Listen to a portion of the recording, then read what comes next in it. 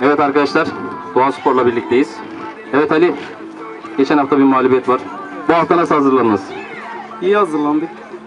Epey çalıştık. Arkadaşlarımıza güveniyoruz. İyi oynayacağımıza güveniyoruz yani. Garanti edebiliriz. Rakibiniz geçen turnuvanın şampiyonu. Evet. Ona göre hazır mısınız? Ya, rakibimize çok saygı gösteriyoruz. Çok iyi oyuncuları var. Bakacağız duruma göre. Teşekkür ederiz Ali. Evet hocam, geçen hafta iyi idare ettin takımı ama ilk haftaydı.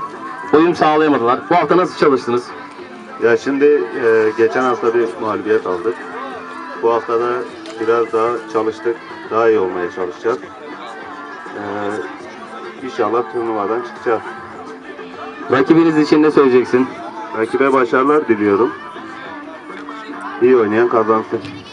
Kaptan çok teşekkür ederiz. Başarılar diliyoruz.